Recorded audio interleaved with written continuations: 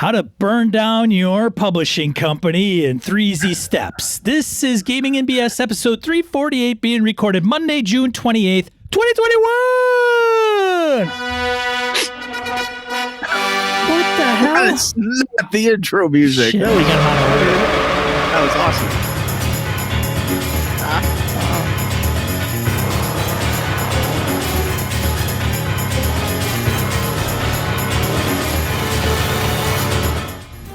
Welcome to a Gaming and BS podcast. I'm Sean. And I'm Brett. Welcome to the show, folks. Welcome back. Glad everybody's on board. Sean, how the hell are you, man? Dude. Did you actually do any RPG since we talked Holy about it, shit, did I, Brett? Let me tell you. You ever have Brett, Brett, let's get on fucking topic. Brett, let me pose a question to you, Brett. Hit me. Have you ever had one of those times where you're gonna like, hey, I'm on a game master, and you kind of do some prep, right? And you're like, okay, sounds good. They're gonna come across this, come across that.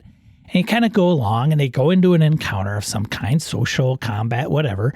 And then all of a sudden it's the player does something and you could just hear the record scratch from miles away. You ever have that moment? It's a good moment, I think. Yeah.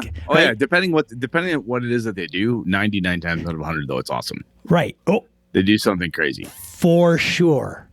Absolutely. I had that moment on Thursday night in my Forbidden Lands group. Yeah. Tell me about it. Well, I can't go into too much because it'll be spoiler, right? All right. But it was good though. Boy, yeah, it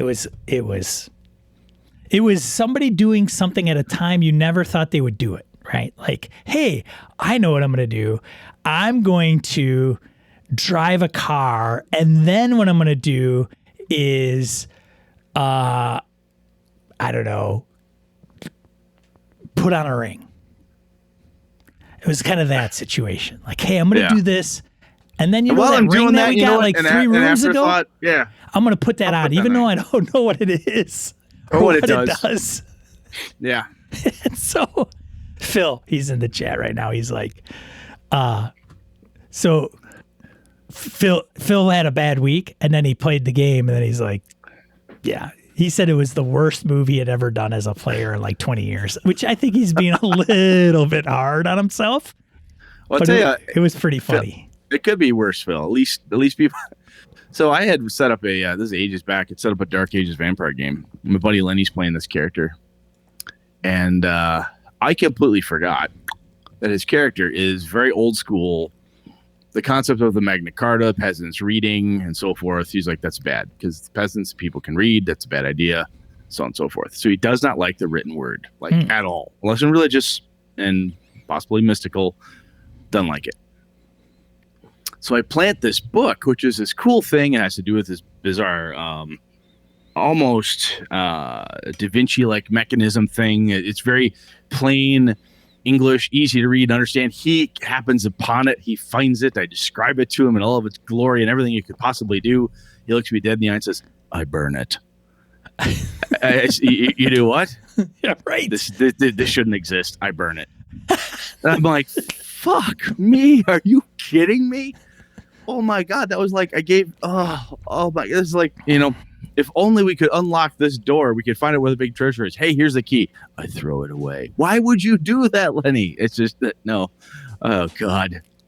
It caused so much rethink on my part. It screwed up everything. So that's the 1% that I'm talking about where they completely do something fucking crazy. Anything else for you besides one of the most amazing things ever that could happen? No. And I think it was awesome. It's awesome. I got into, let's see. Last Tuesday was my buddy Alpha was back running the Undermountain game, Dungeon of the Mad Mage. And I was getting kind of cocky. We were feeling pretty good, running around, trying to find some stuff. My Dwarven rogue has a tendency to go rogue. She's like, I got this. It's fine. He starts getting bored. Brett starts getting bored. I see 2 Minotaurs. I'm like, we got this. Attack. There's like 20 or 30 of the fucking things. And a shaman. And undead Minotaurs. And more. Oh, yes. Just wait. There's more. It was brutal. We lived. Thankfully, the cleric was high enough level. He had some 5th, 6th, some fucked up high level spell. He's like, I'll just do this. Whomp. Like, holy crap. Wouldn't have been for him, though.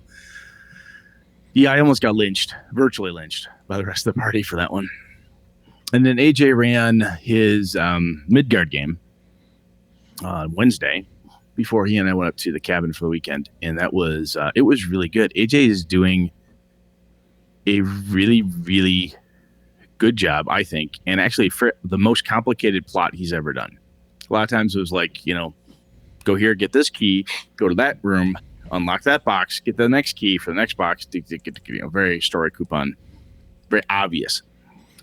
This time, I think I told you last time I ran into a doppelganger, you know, and I had to, the reason I found out the doppelganger was the bad guy was because he fucking doused me with lamp oil, type of thing, right? Boiling oil during a siege. We kill the main bad guy, this bizarre manifestation of Chernobog. Take care of this, take care of that. Like, okay, cool, we got this, great. And my daughter, Lana, her Dragonborn, is insistent that the alchemist that we is the doppelganger. And I'm like, I killed him. He's dead. Who cares?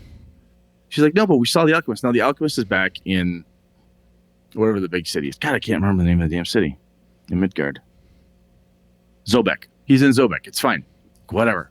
Big city. Take care of all the shit. And Lana's like, we're going to Zobek. Fine, Lana, or go to Zobek. It's like the Greyhawk of Greyhawk, yeah. Right? And my character and her character are bitching about the fact that I don't want to go to Zobek because I think this is a waste of time. Turns out, holy fuck, she was right. And AJ had this plan the whole time. The alchemist that we befriended took all the magical ingredients that we captured for him, and he made the artifact weapon that he gave to the bad guy, who then beat the fuck out of us with it. I'm like, are you kidding me?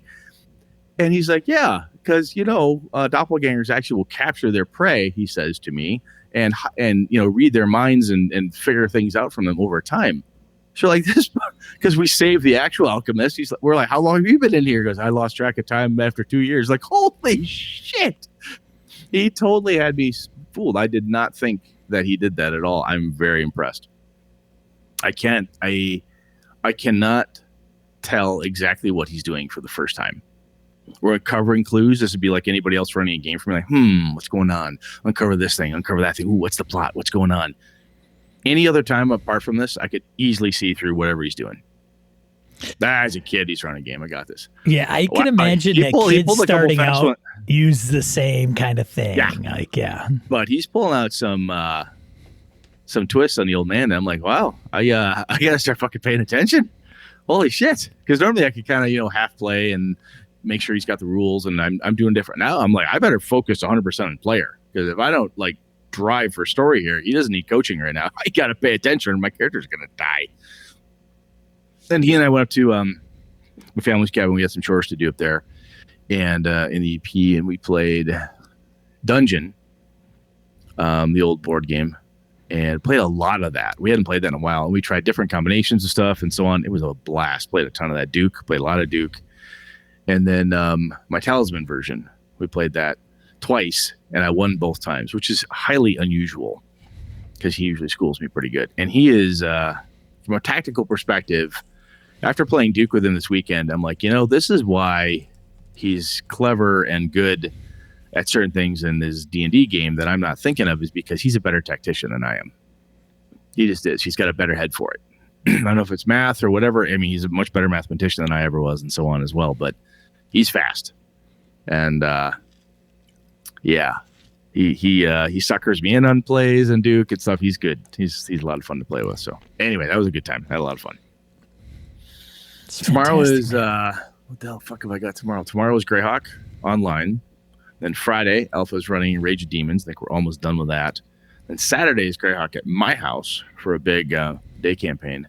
And my sister and her family are coming into town on Wednesday. I haven't seen her in years. She lives out in Virginia. Cool. Let's see here. Oh, and I figured out, so we're going to jump back to gaming. I figured out what I'm going to run at GameHoleCon. It's going to be at least one Avalon game, as I said. I want to run, there's a couple adventures I ran last GameHoleCon, which was a couple years ago.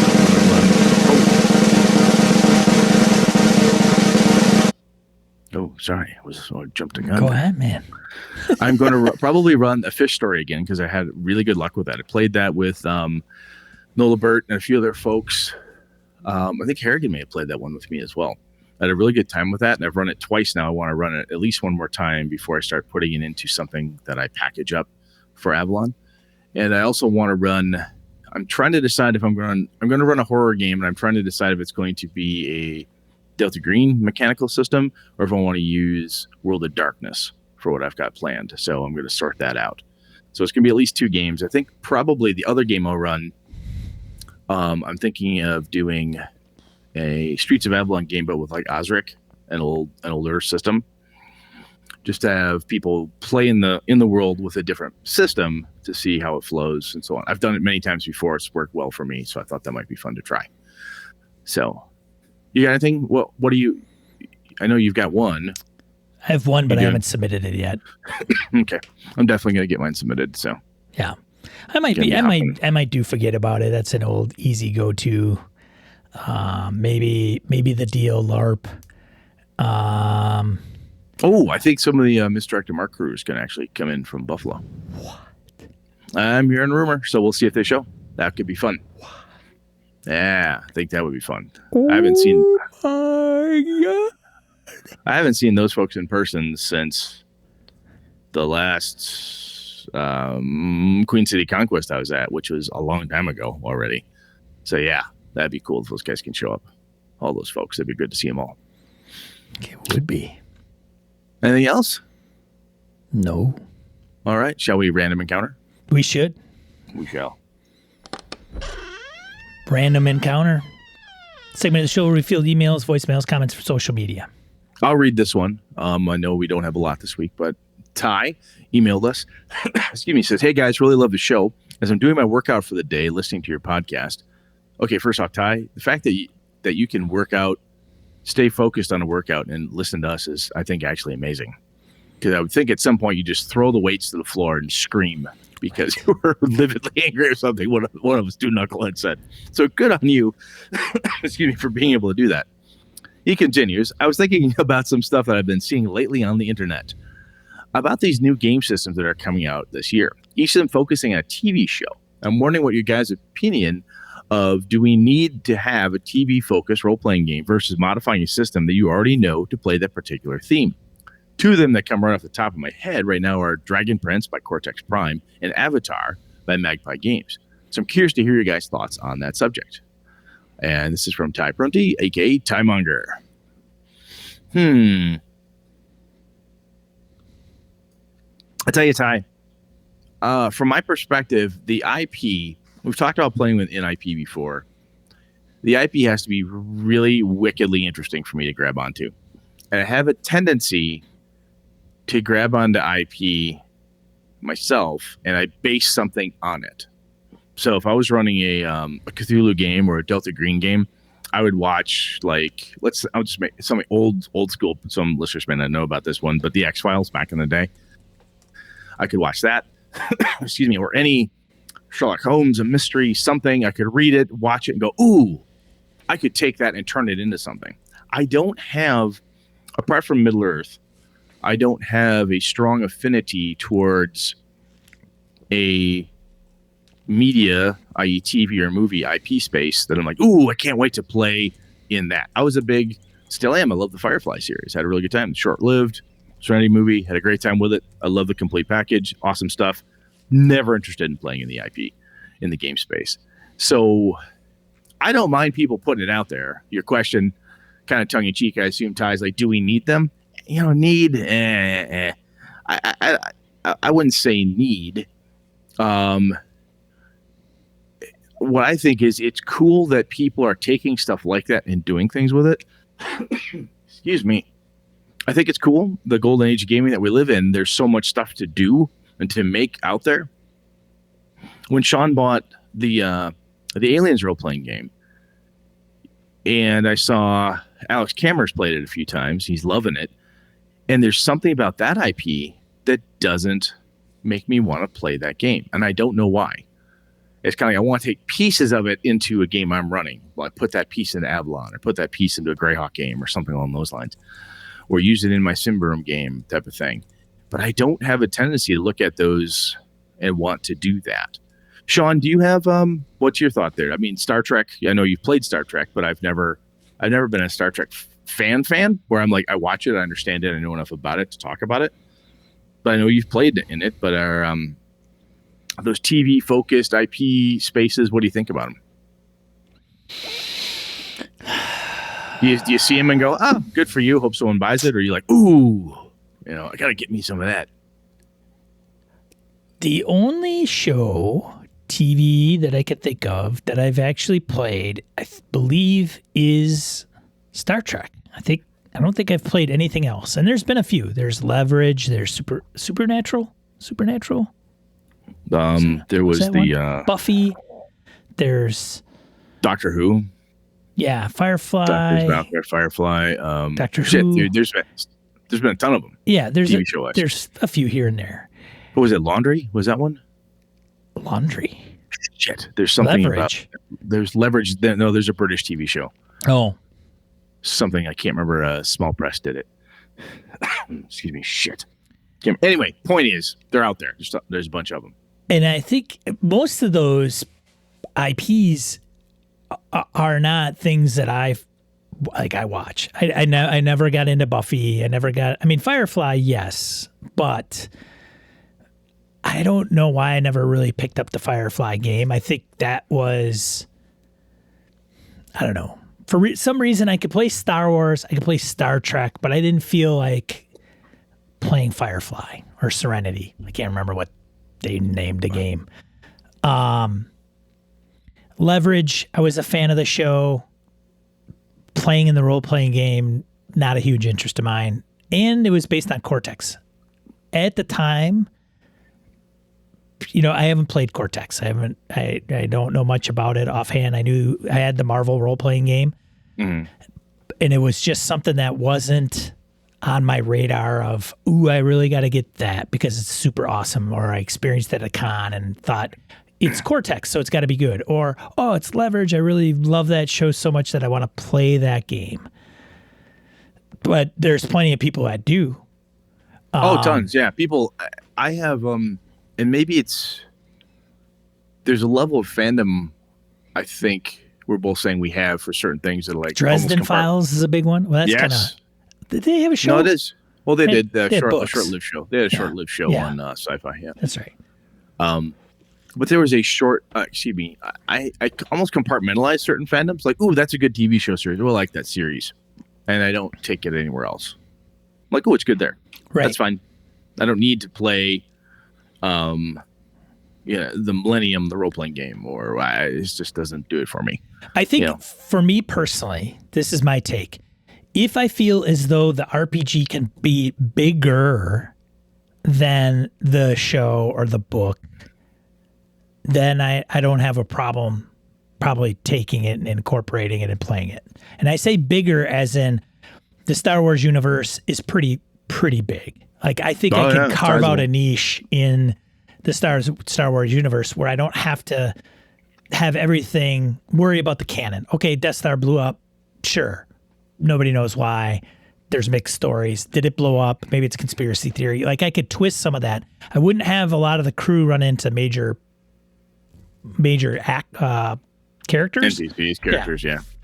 Maybe some off ones just to kind of hint that they exist or whatever, but I would keep that away. Same with like Star Trek, right?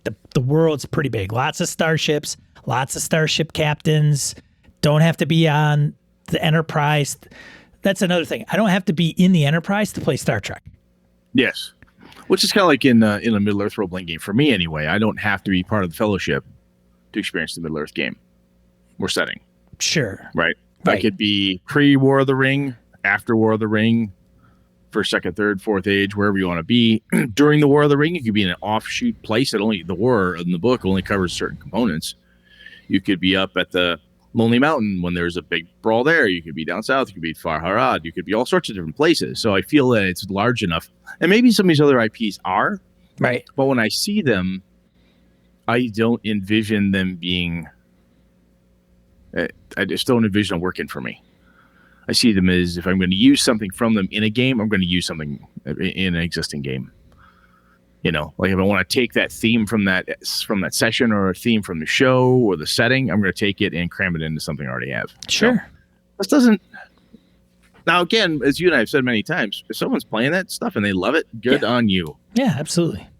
Rock it, buy it, play it, run it for your friends.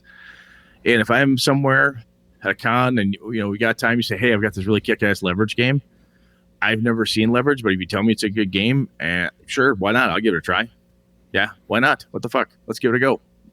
Yeah. I said I'm not a huge Star Trek fan, but if someone were to say, hey, would you like to try the game? Sure, let's sit down and give it a go. I know enough to be dangerous. Let's have some fun. Give it a go. Yeah. There you go. Thanks, Ty, for writing in, man. I think that's pretty much where we sit at this point. I don't think you are alone in that thinking, though, Ty, for sure.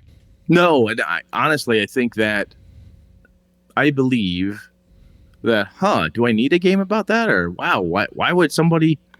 There's a lot of that out there. And I am positive somebody has looked at my Avalon setting and said, do I fucking need another mega city setting? Do I really need this? Why do I need that? Why would I want that? I already have Lankamar, I already have this, I already have that. I totally get it. Absolutely get it. And that's totally fine. I'm never going to be mad at somebody who's like, I don't like that thing. I like this other thing better. Good for you. Well, that's true. And that's a good point, Brett. It may not just be another IP, right? It could be theme. It could be urban, rural, hex crawl, non-hex crawl. Like it could just be any of those. Like, does the world need any more of fill in the blank? Yeah. And the world would say yes, because there's different kinds or different people appreciate different things about it or whatever the case is. So, or there's 20 hardcore fans that bought 20 books. Right. They're happy and they all know each other and they're all playing this game and having a fucking blast. That's right. The company folds 2 years later, but they don't care. They're having a good time in a little spot on the interweb. Good for them. Yeah. So, I don't mind. When I see some of my stuff, I go, interesting. Not my bag. I wish you luck. Carry on. There you go. Good for you, brave soldier. March on. Not my gig, but enjoy. Yeah, let's get to the main topic. My brain. Jesus. I haven't seen that forever.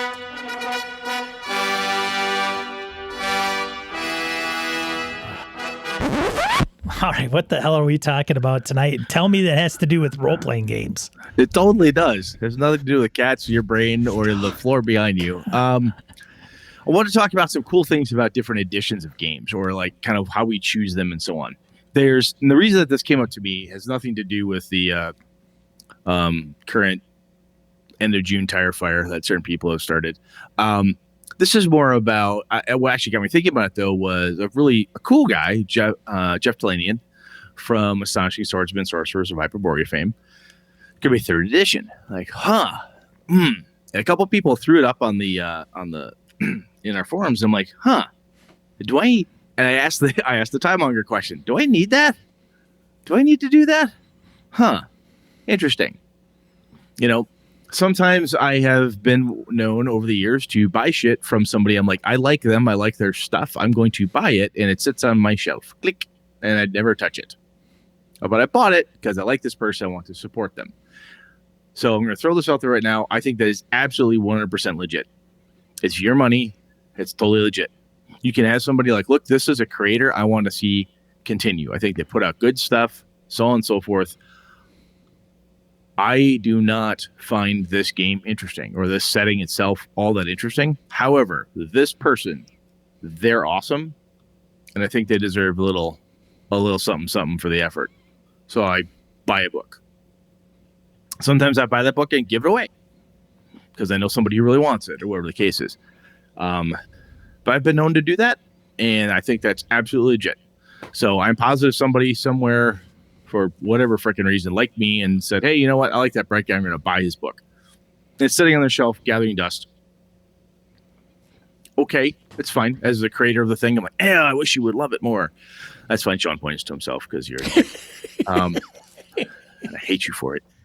But that's fine. And I think that's legit. So I just want to throw that out there that sometimes I think we do that. DCC fans are noted for their ravenous approach to collecting the DCC products. They'll say, hey, we have a new Sketch Platinum Foil Diamond Limited Edition Doug Kovacs. The core book. Yes. That Doug Kovacs cat peed on at one point. And somebody's like, oh my God, I want 60 of those. I don't know if I would go that far, but I'm teasing. I kid because I love. I seriously do. But there's some cool stuff that I like. These weird limited edition covers for modules all sorts of stuff. You boom, boom, boom, boom, boom. They grab it because they love Goodman Games. They love the product. They love the people behind it. They love the Jen Brinkmans and everybody in there. So they grab this shit because like, man, this is good stuff. And that is wicked, wicked cool. I think it's a great way to show support for any creator is to buy their stuff, right? What's cooler to me, of course, is when I see something like what Jared Rasher did when he posts up actual plays of my Avalon setting or puts out his little write-up for what he did. When Craig from Third Floor Wars interviewed me, we talked about it. That's really cool. I'm very grateful for that type of thing. So as a creator, that's equally cool. That's like, oh, you bought my stuff and you want to talk about it. Wow, that's fucking cool. Now, all that said, just kind of get that out of the way.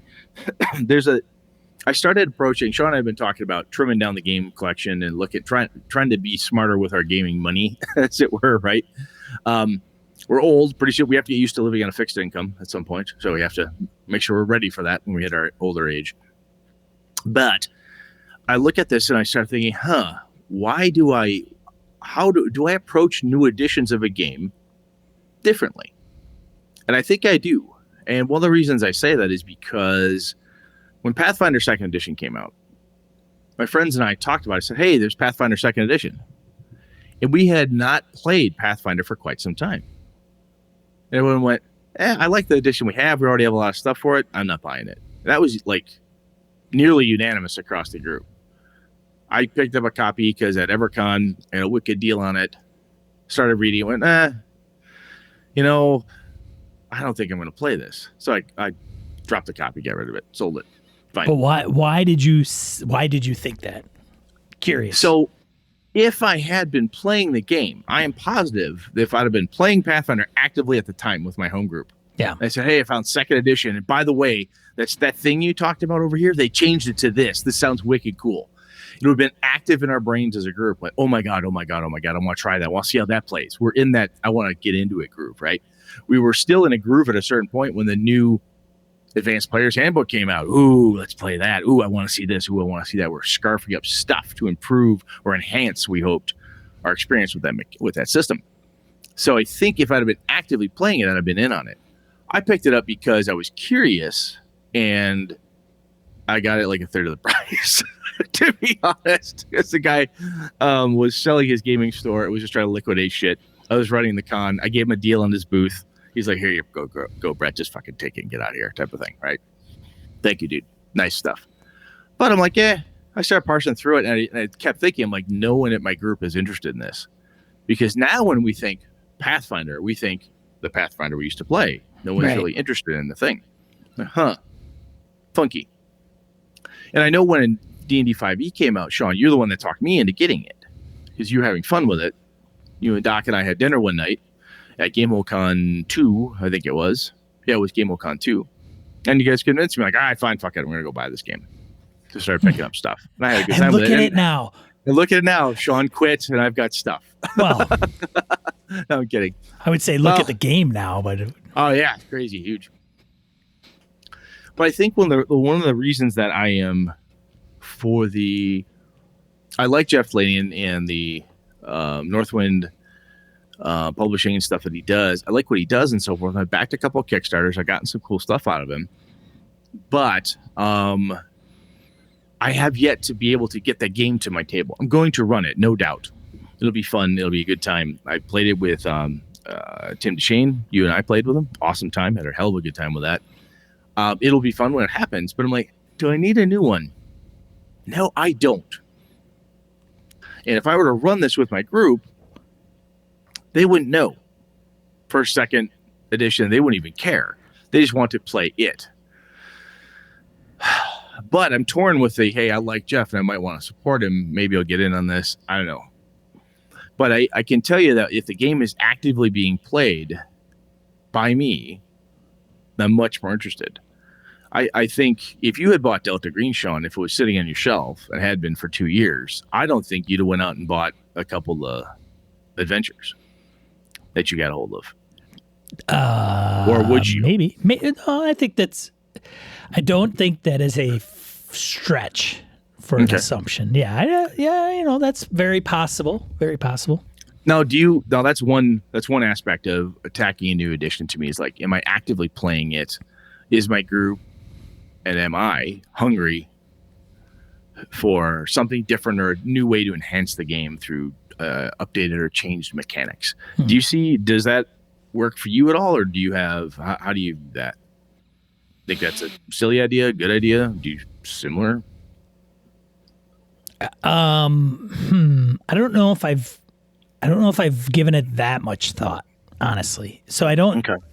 If it has occurred that way to me, it may be subliminally. I mean, we didn't mention this at the beginning of the show, but I unloaded more RPG stuff to Noble Knight. That's true, you did. $250 worth that they're going to give me, which means that it's probably about $400 worth. Yep. Or whatever. They need to double their money. That's what they're in business to do. Sure. So it's now I almost can go into more of the games that I actually have versus the stuff that I've given away. And then my systems have, I mean, I'm getting down to like one hand almost. So let's say there was a new edition of Forbidden Lands was going to drop at Kickstarter. Mm-hmm. Would you be like, boom, I'm on that? Because you're actively playing it, does that influence you saying, I want that? As a new edition, no. I would have to know more about it. Well, Forbidden Lands, I haven't been running, I mean, even for a year, honestly. And, oh boy, my dog's down here. Oh, hold on a second. He's going to eat cat food. Get out of there, you. Oh, the trial of Sean and his pets. The never-ending saga. God damn it. Lay down, buddy. He never comes down here unless there's gunshots or fireworks. And in my neighborhood, could be either or both at the same time. True enough. So he's down here looking for solace. For Forbidden Lands, it depends on what is. I would have to look into the difference. And I would, again, I haven't been running it for 1 year, 2 year, 3 year. And then I'm a fan of the game for sure. But it's, I don't know, maybe, okay. I mean, I would lean more towards, if you said, hey, Sean, they're going to launch it in like, a Kickstarter, it's going to be fulfilled like by August. I heard it really kicks ass. I would probably say, okay, I'm in. So I'd say, okay. The reason I got 2nd edition D&D, 3rd edition D&D, and 5th, I played 4th. I only played it once, and only knew one small group of people were playing it, and I did not have a good time playing with them. So that's what turned me off the game, was because my friends were interested in it.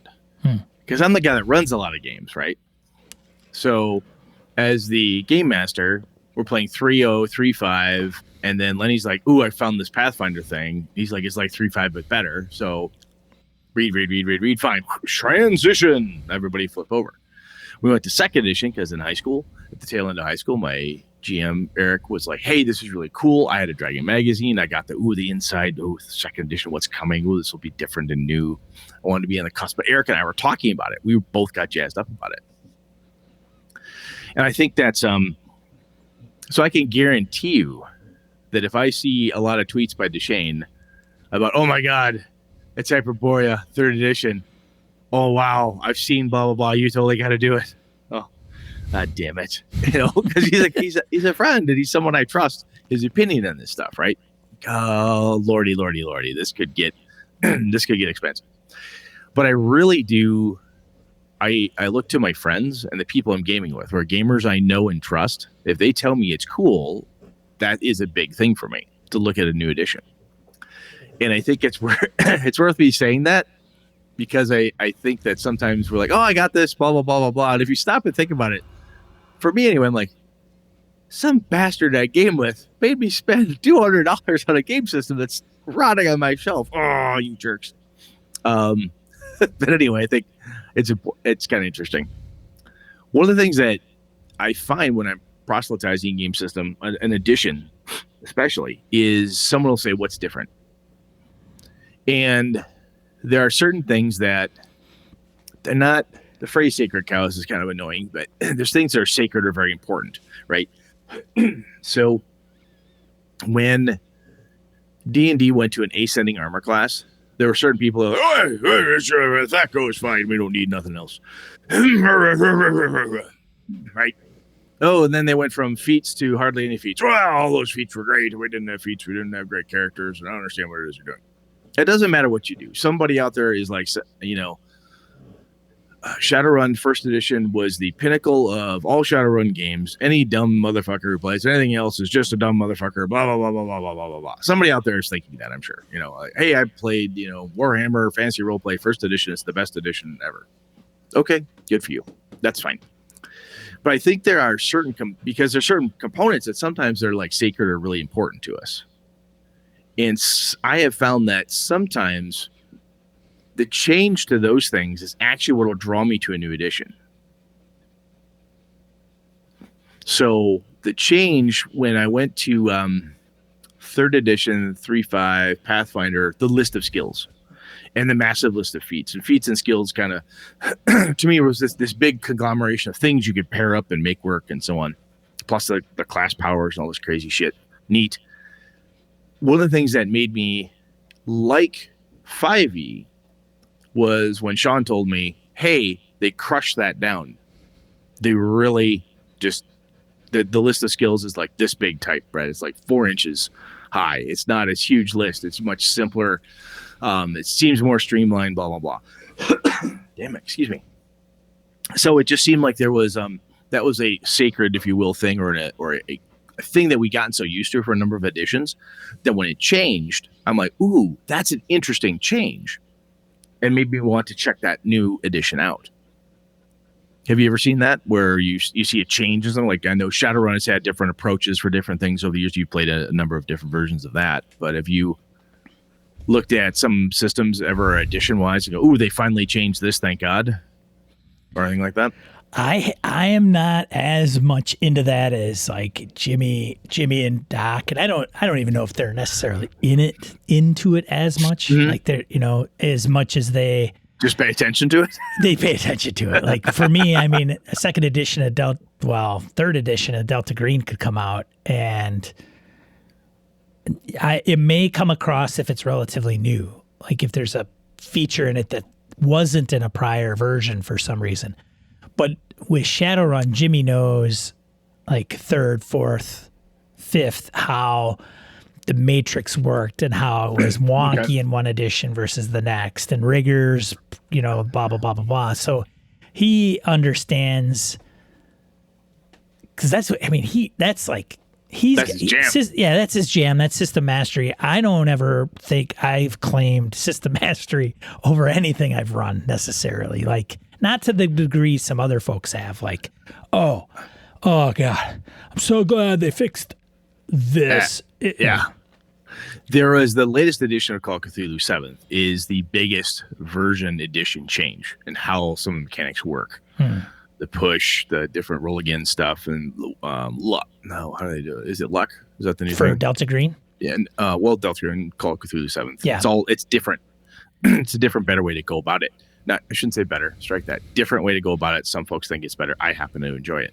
Yeah, Delta Green's a 50-50. Yeah, for a very long time. It would move, right? No. Well, what I was going to say is for a very long time, Call of Cthulhu, apart from like first to second edition type of thing, there were so many of them, like third to fourth to fifth to 5.5. There was no discernible change. Maybe the resistance chart changed slightly, or how they did penetration tests for wounds or something. But some of the changes are like, you changed the gunfight rules. Who fucking cares? A gunfight in Cthulhu means you're dead anyway. Wow, I die faster now. Oh, I die slightly slower. It's a gunfight in Cthulhu. It's whatever. Oh, I lose sanity a little bit faster. Yay! I'm still going to lose sanity. It wasn't that big a deal. I mean, now that said, though, there are people that I've met like, oh my God, you don't understand, Brett, because between 2 to 3, they change this. They're very, when you talk system mastery, those men and women are really like grooving on that, and they really get it. But from the outsider perspective, I had no interest in. I had Call of Cthulhu 5th edition because I got the limited leather-bound Miskatonic edition. I got like number 113 out of whatever. Kind of cool. Spent way too much money on it.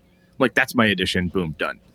Until 7th came out, I'm like, I don't care. It's not going to be any different. And every time I talk to people like, oh, it's a 6th edition.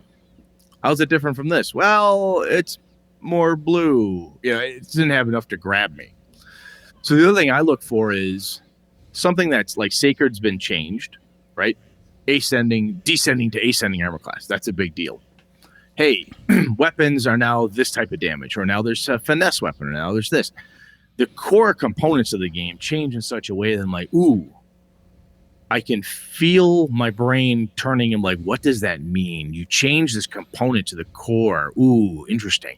Ooh, there's a mechanic now in Cthulhu where if I roll a little bit higher, I could get a push. Oh, hang on a second, I could use some luck. Interesting. Because I've played it enough. I'm running through all these things in my head.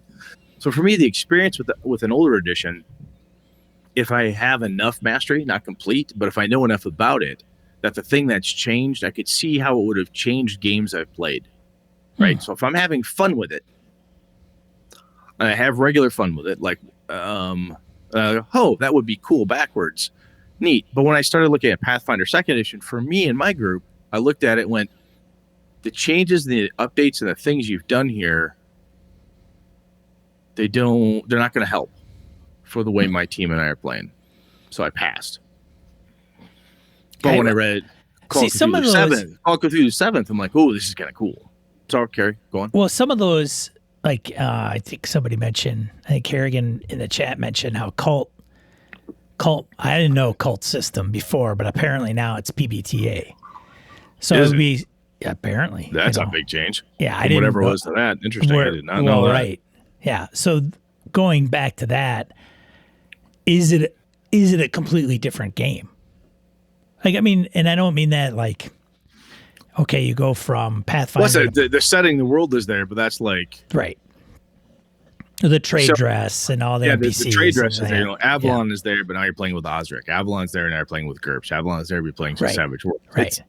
It's the setting is the same, but the mechanics are different.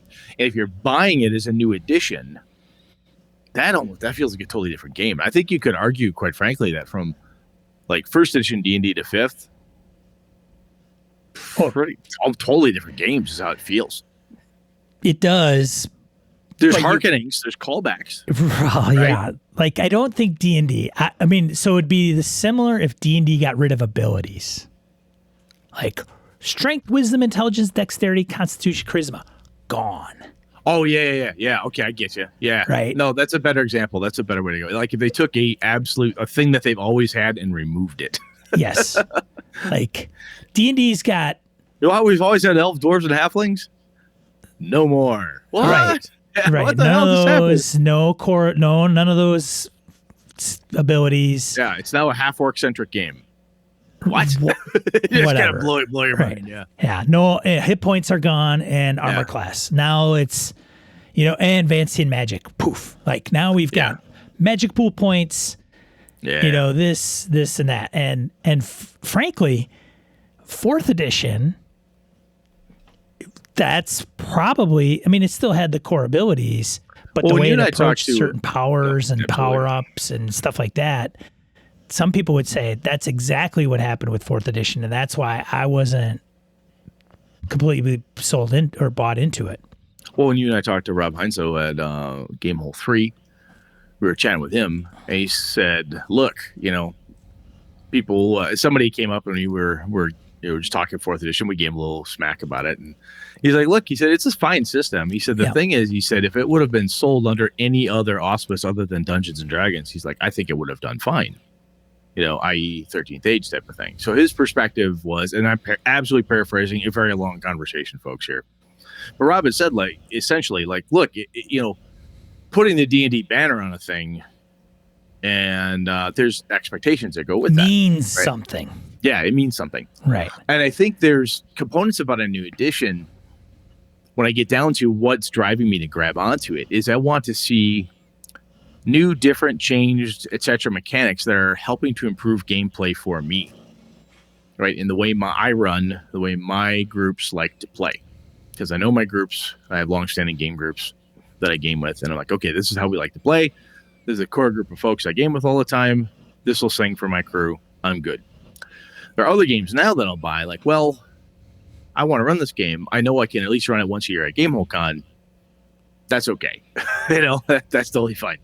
But I think that's a big one for me is that I feel like there has to be, for me anyway, a level of mastery, or I've run it enough that I can understand what the changes in the mechanics will actually mean. And sometimes that's where I have to have a conversation with my friends to help them explain it back to me. Like, so what's this 5th edition thing, Sean? And then you and Doc explain it to me. And like, if Tim DeShane were to say, look, Brett, this is that you're familiar with this thing about Hyperborea? Yes. Okay. This, and this now makes this faster. Oh, normally, dude, I'm telling you, I run this game often, my favorite game. If Tim said I run this and it's twice as fast because the math is simpler. Okay. Huh. Yeah, I am intrigued because that's important to Brett, that the math is fast, intuitive, and I want to look up rules all the time. I want the core mechanics to do 90% of the lifting, blah, blah, blah. So I think that can be very important, or it is for me. Another one is that I think for Cthulhu, I haven't noticed a big problem per se, but for some folks, I have. This was a big thing for 2nd edition D&D, and I know it's been for other editions too. They say it's fully compatible with all the other stuff we wrote. Delta Green has said that too. Like, look, you can use all the stuff. Cthulhu's like, you can use the stuff.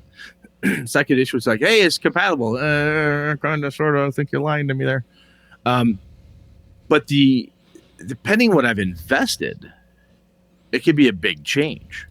Right? Because if my group is playing and every time we play, whomp, a stack of 8 books comes out on the table because those are our reference tomes for character creation for monsters and so on, so on, so on. And now we're going to buy a new edition because we like the fancy mechanics. Great. Is that 8 more books? Put the cost aside. But I'm like, is any of this old stuff I have compatible? Does any of it work? Or should I really go buy all brand new adventures? I really can't run the old thing anymore. And that could be a big drawback depending on your level of investment. Do you agree with me there? Yes. It's a weird thing because I don't. And some people love collecting, as you and I have both found out that we apparently did for a while. Yeah. Like having tons and tons of stuff. Like, ooh, how I have it. But anyway. It is a weird thing. But it's some of the things that you mentioned I could probably attribute to why I would buy a new edition or not. I mean, I have Star Wars. I did get rid of D20, but I still have most of the saga, and I have a lot of. I have the 3 core books for West fantasy. End? Yeah. Well, I have West End, but I'd never played West End games, Star Wars. Okay. So it's funny, like I've had that since I was a kid, and I played more. The most Star Wars I probably played was D20. That's funny. Revised, because they had a D20. Yeah, the D20 revised. D20 revised. So why did I go to the other ones? Saga isn't that far a leap. It goes back to what you were saying. There was enough to intrigue me. And, frankly, a square book. I mean, what's not to love about a square book? Look at the form factor on this fucker. This is amazing. On, Rodney Thompson. What the hell is he? What are you thinking, buddy? Like tiles, like I could put on my floor. I don't know. But it wasn't as far a leap. So it wasn't a different game. It was kind of, you still had to be D20 based. It streamlined certain elements of it and introduced like the condition track and some other stuff. The force powers were quite a bit different, which I thought was interesting for Jedi users, Jedi classes. So, and it was probably like time. So I was like, okay, so Saga Edition, yeah. And then when, they lost the license and it went to Fantasy Flight and they were like coming out with it, and with Edge of the Empire specifically, since it was the first core book, and they were it even came out with a beta, which I don't think I ever got into. With the narrative dice, I was like, okay, interesting. But different enough. But quite a bit different. But it was changing hands. It was like how Warhammer has probably morphed over the years, right? Because they did the same thing with Warhammer. Yeah, Fantasy. Warhammer first, second edition. Then it went Fantasy Flight with weird ass dice. Right. And the third edition. Now fourth edition is out. My buddy Alpha has it. He's pretty happy with it. Like, okay, cool. I have a PDF of it. I'm gonna take a look at it. I think there's something to be said when he said it's time. That's interesting because I know there were people when second edition D&D came out who were grumpy about it. Like, fans of a thing are grumpy when change happens to it. And there's reason to be, right? I go through a change curve of my own sometimes, like, God damn it, because I'm like, oh, I see dollar signs, like, oh, I'm going to end up doing all this. It's going to be hard to explain, whatever. But, oh, Lord, what am I not going to eat ramen for 2 weeks? That's what I'm going to do. No, 2 months. 2 months. 2 months. I can do it for 2 months so I can buy this book, or whatever it was at the time. But sometimes I looked at it like, well, it's about damn time. This game has been out for a very long time with these splat books that don't quite seem to jive and connect, blah, blah. And when third edition D&D came out, I'm like, okay, this makes sense. Because second edition was kind of so much stuff in splat books and publish or perish or publish for the sake of publishing, it felt, and blah, blah, blah. So as an outsider looking in, I'm like, okay, cool. Something different, something new. When 3.5 came out, some of my friends and I went, are you fucking kidding me? You cash grabbing pricks. It hasn't even been 20 years yet, type of thing. Because we were used to a life cycle of a game system like, well, it comes out in like 73 and goes until 90. Right. Until that's how they ought to be. God damn it. Don't you change that, And I think the other piece that's happened is the life cycle of game systems has changed. Because I believe this, and I'm not a hardcore publisher by any stretch at all, but after a certain point, you're like, so does everybody own a 5e Player's Handbook? Yes. Would you guys buy a 6th edition Player's Handbook? Yes, no, yes, no, yes, no. Okay, well, why don't we do that? Somebody somewhere, from a publishing perspective, I have a captive audience of people where a large percentage will buy the new thing. And there's a sweet spot between time, or a sweet spot of time, like when can you or should you release a new edition? So when I look at Hyperborea, I'm like, it's been a while since the first one came out, and even the revised hardcover version wasn't like a huge leap. It was just a different format type of thing, Okay, interesting. A different edition of it. Yeah, maybe it is time. Maybe that's okay. And, I don't know what that right is. I think every gamer has to figure that out for themselves. But the other thing, and you and I have talked about this for ages, is the old edition still exists, people.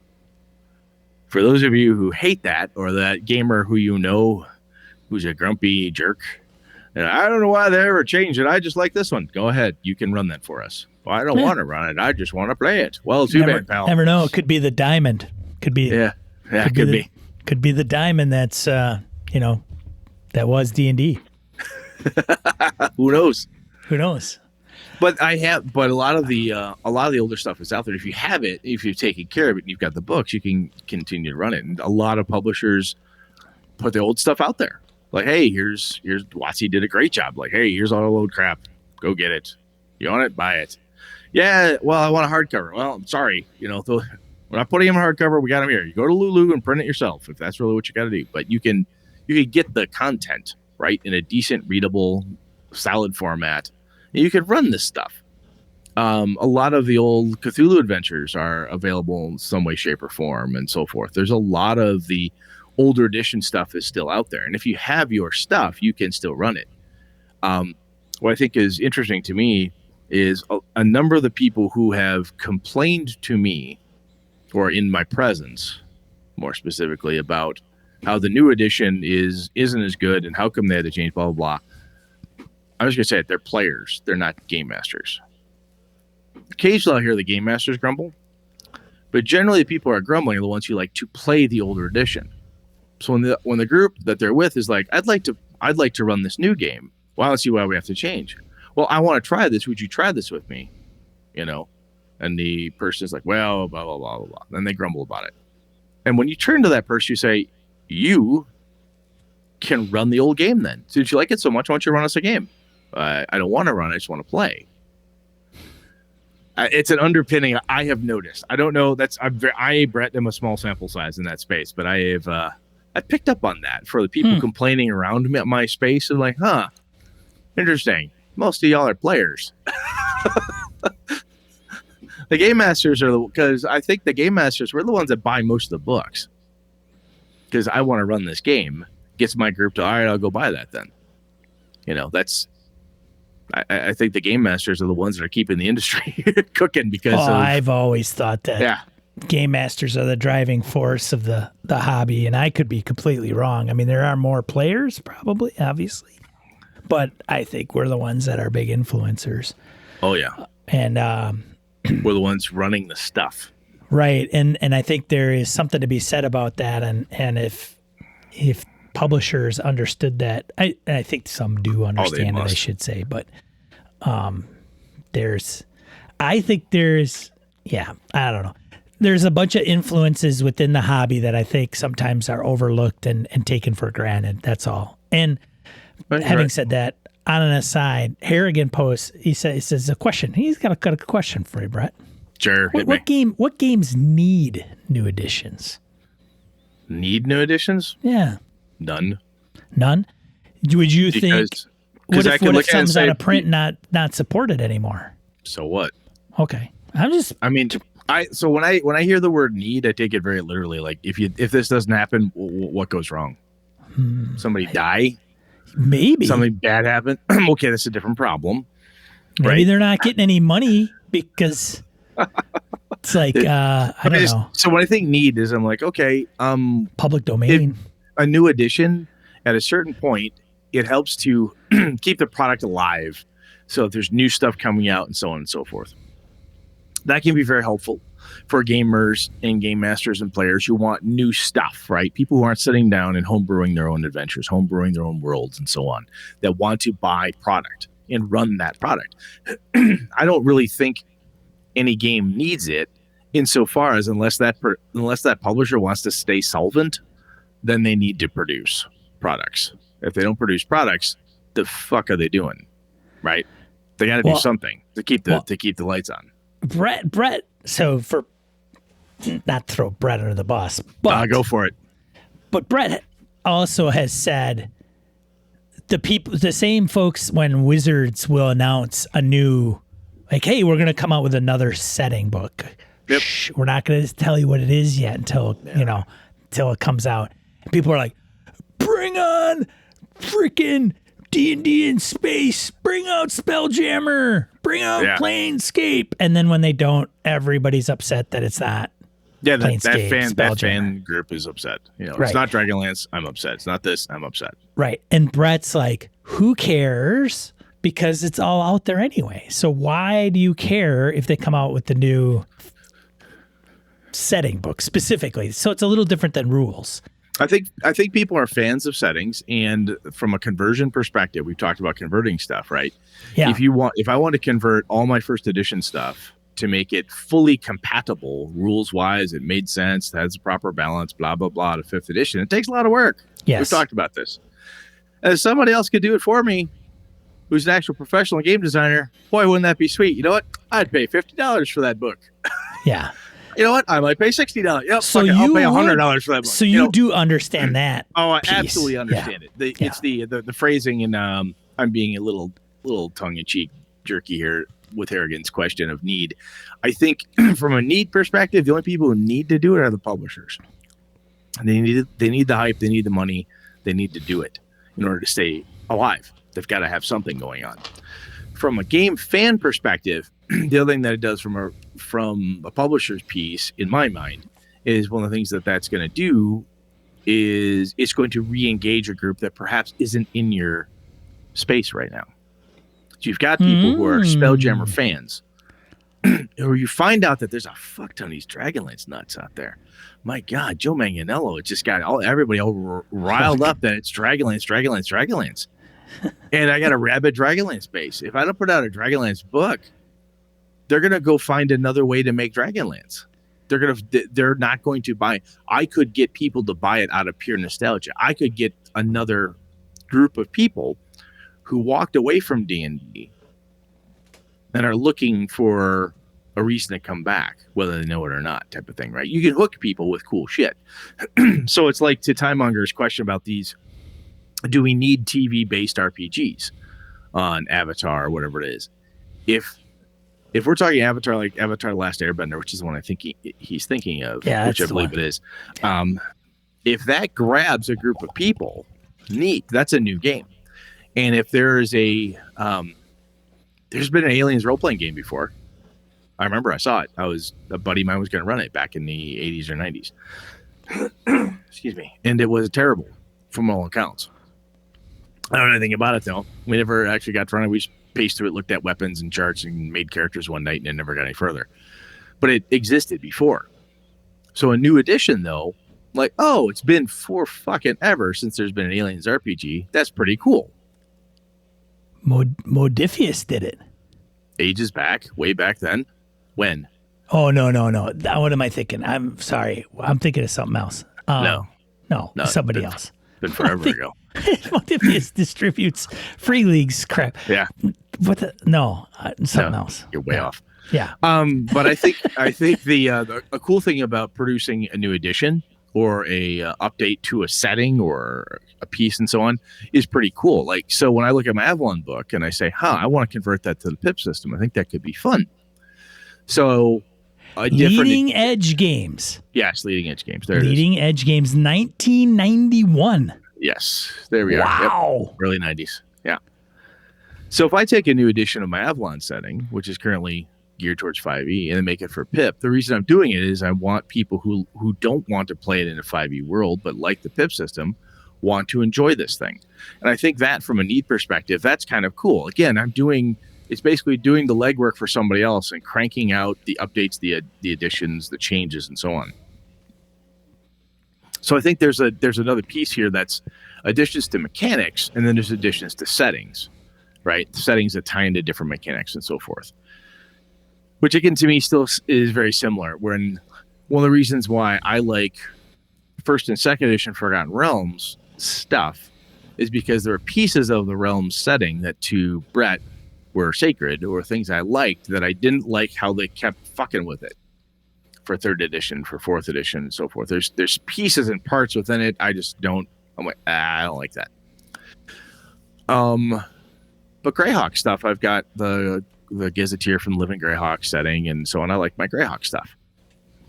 I jokingly say Greyhawk doesn't need a new edition, and that's cute of me, but that's because I don't mind doing the work, right? If I'd run a 5th edition Greyhawk game, I could do that because I don't mind doing the work. I'm fine with that. I can crank something out. It's a lot of work potentially, but I could do it. Now that said, though, if you said, hey, we're going to produce a new Greyhawk book setting for 5e, I'm going to buy that book because I want to see it because I'm a fan of it. So I think that's pretty cool. That kind of goes into the what does it do? It's been so long since such a thing has been produced at the timepiece. It's been so long since there's been a regular D&D version of Dragonlance, Saga and different things and so on. But it'd be tempting, So anyway. I mean, at least they had Dragonlance source books 430. They did, yeah. They did. Greyhawk. Well, yeah. Just the Gazetteer, right? Just the Gazetteer. They had the Gazetteer, and there's I think that was Living Greyhawk was the thing. It was Living Greyhawk stuff. Yeah. That's it. Pretty much, I think. I can't think of anything else. I mean, that Gazetteer isn't that thick. Is that 96 pages? Maybe 128? Hang on, I'll find out. If it's not in arm's reach, Brett. All right, I'm back. He can't hear me. He. This is like Eric Mona, Sean Reynolds. Yeah. Cats put together. 192 pages. Look at that. Not bad. Not bad. It's been a while. Pretty thin for a campaign setting in 2021. Yeah, it is. Yeah. Can't get away with that shit now. Better put out some freaking girth. But I think what's, again, though, I mean, the old stuff's there.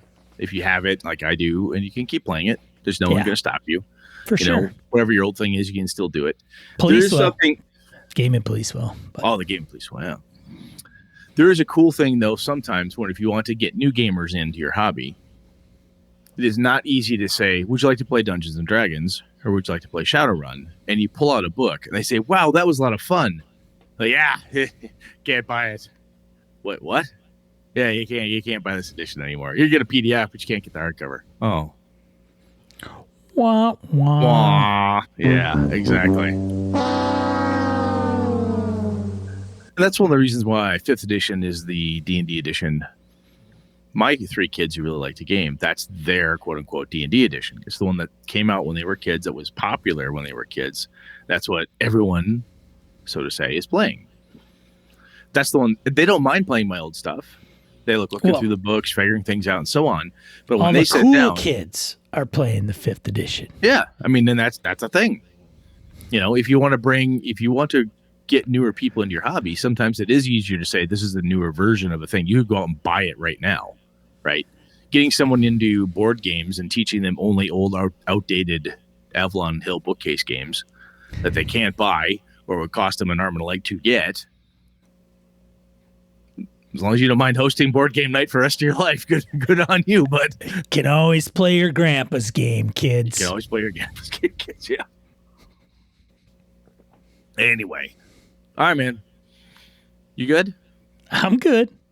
Awesome. So seriously, folks, if there's a thing, like from an editions perspective, is there something that turns you off, makes you want to buy an edition or a change or whatever it is? I'm curious. I'd like to hear about it because I think it's interesting to me to hear what listeners are thinking when you guys are looking at stuff like, oh, this is really cool. This gets me going. I love this type of thing. Oh, when they change these rules, I care.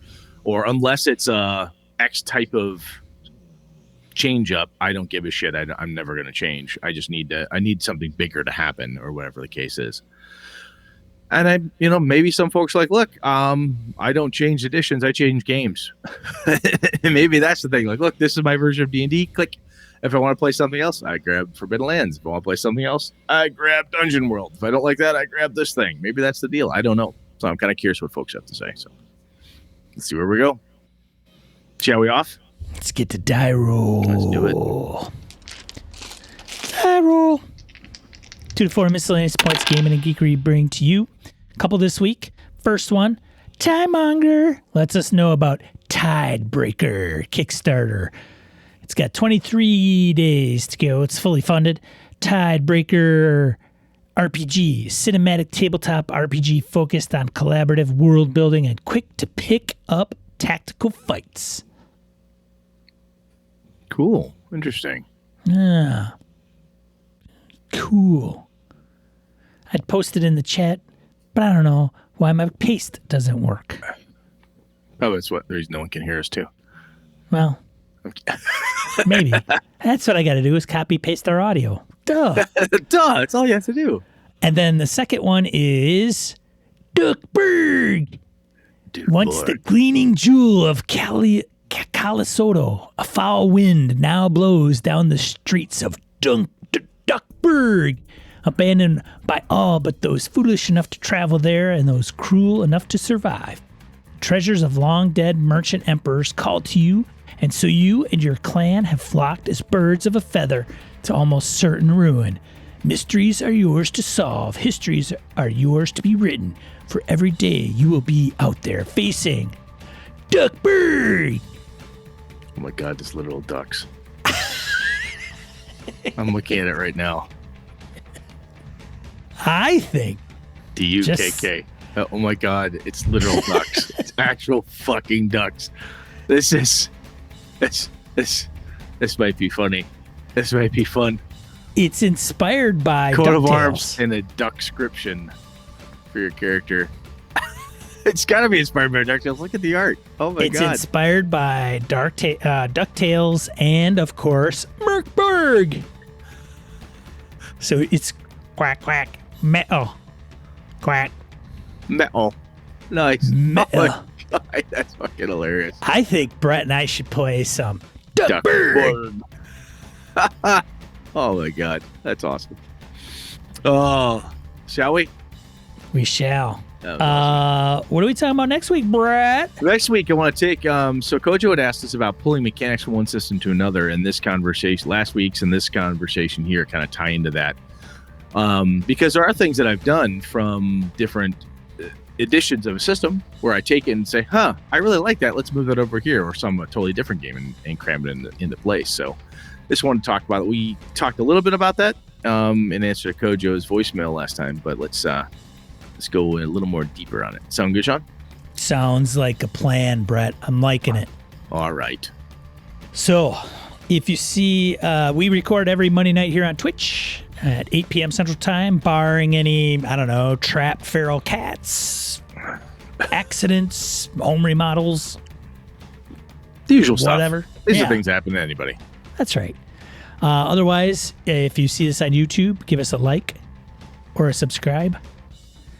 And then you can always catch us and subscribe at your favorite podcatcher of choice for our flagship audio show. Otherwise, I'm one of your hosts, Sean. And I'm Brett. Good night and good game and all. This has been a Litterbox Studio production.